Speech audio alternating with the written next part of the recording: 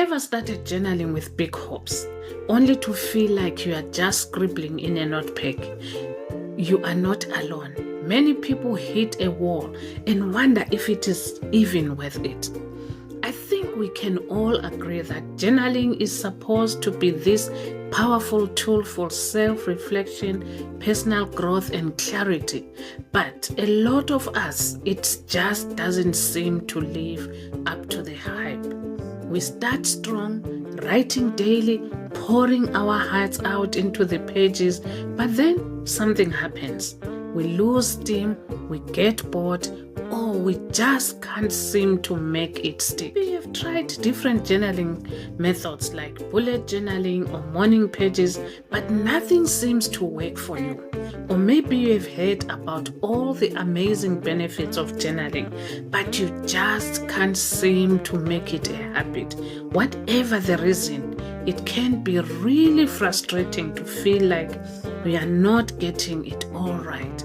I know I've been there myself, feeling like I'm just going through the emotions, writing the same old things over and over again without any real insight or progress.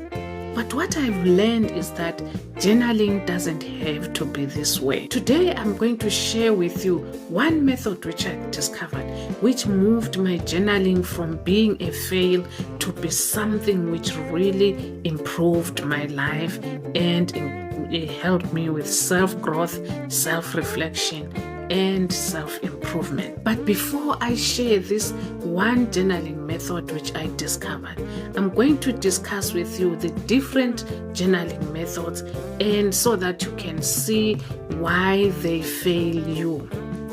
Now, stick around. One of the most common journaling methods is the daily dump, where you just write down everything that's on your mind. But the problem with this approach is that it can quickly turn into a venting session rather than a meaningful reflection. You start putting everything, every worry, in the paper. Another popular method is the prompt-based approach.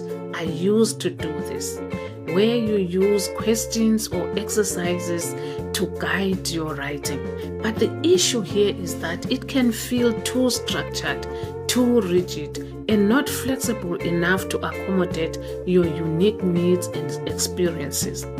And then there is the morning pages approach, popularized by Julia Cameron. This method involves writing down your thoughts and feelings first thing in the morning without editing or censoring yourself. But the problem with this approach is that it can be really hard to make it a habit, especially if you're not a morning person like myself. All these methods can lead to frustration and a sense of failure because they don't take into account the unique needs and circumstances of individuals. There are a one-size-fits-all solutions that don't work for everyone. Don't get me wrong, they work for other people, but not for everyone. So why do these methods fail? Why do so many people struggle with journaling even when they are motivated and committed to making it work? One of the main reasons journaling fails is that it's not tailored to the individual. We are all unique with our own strengths, weaknesses, and experiences, but most journaling methods are designed to be universally applicable without taking into account our individual differences. Another reason journaling fails is that it's not flexible enough. Life is unpredictable and things don't always go as planned, but many journaling methods are inflexible and don't allow for changes in schedule, mood, or circumstances. Journaling also fails when it's not connected to our goals and values. We might start journaling because we think it's a good idea or because we want to be more productive. But if we are not clear on what we want to achieve or why, then our journaling practice is likely to fizzle out. And finally, journaling fails when we are not honest with ourselves. We might write down what we think we're supposed to write rather than what's really going on. We might avoid confronting our fears, our doubts, and weaknesses rather than facing them head on. I know that I've struggled with these pitfalls myself. That's why I was about to give up on journaling altogether. But then I learned this one crucial method that changed everything for me. I learned that journaling isn't about perfection, isn't about structure, isn't about all these other good things, but it's about capturing my real thoughts, my raw feelings, and my messy, unpolished ideas. It didn't have to be Instagram worthy. It just had to be real. Learning to tailor my journaling practice to my unique needs and circumstances, and realizing that I didn't have to follow predetermined methods or prompts to all be perfect, but could instead create a practice that worked for me, was a game changer. The minute I stopped worrying about perfect handwriting or perfect sentences, I gave myself permission to just be. I focused on progress, tracking my thoughts, documenting my emotions, and acknowledging small steps I was taking, even if they weren't perfect.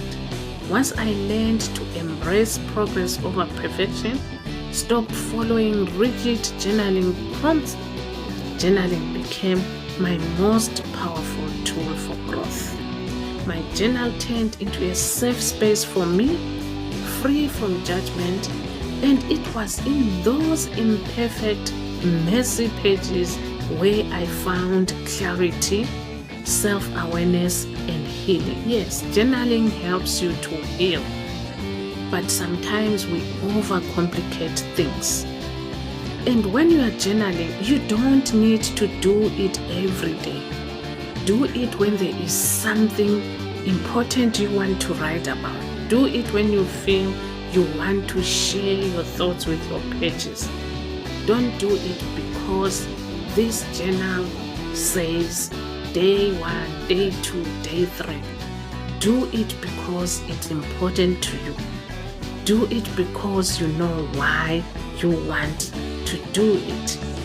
Having realized that using this method, which I just talked to you about, was so helpful, and it helped me with my healing, with my self-awareness, I decided to create something which you can use yourself, especially if you're starting journaling. So I created these beautiful empowered reflections, which you can use to journal whatever you want, looking at your needs, looking at your wants, looking at what you want to achieve. You can get this journal from Lulu, and the link to that is in the description.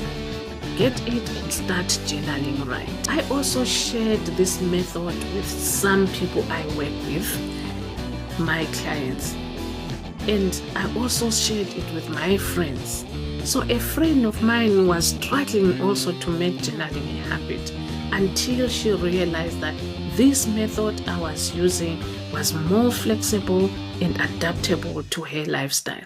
Once she did that, she was able to make journaling a regular part of her routine, which helped her. I know that some people might say journaling is inherently effective, and that's true. And that failure can be attributed to other issues like lack of discipline or motivation. But I think that's a cop-out. Journaling is a skill that can be learned and mastered, but only if we are willing to approach it with an open mind and a willingness to adapt and to change things around and be flexible. So, if your journaling feels like a fail, maybe it's not. Maybe like me, you just need to let go of the perfection and embrace the beauty of progress. trust me, that one thing will change everything. What's the takeaway from all this today? For me, is that journaling doesn't have to be this frustrating hit or miss experience. It can be a powerful tool for self-discovery, for growth, and for transformation, but only if we are willing to adapt and learn. I would love to hear from you. Have you struggled with journaling in the past? What's worked for you? And what hasn't? Let me know in the comment. And don't forget to check out this journal, Empowered Reflections. It is the beginning of your free journaling without rigid prompts. As always, shine on. You are worth it.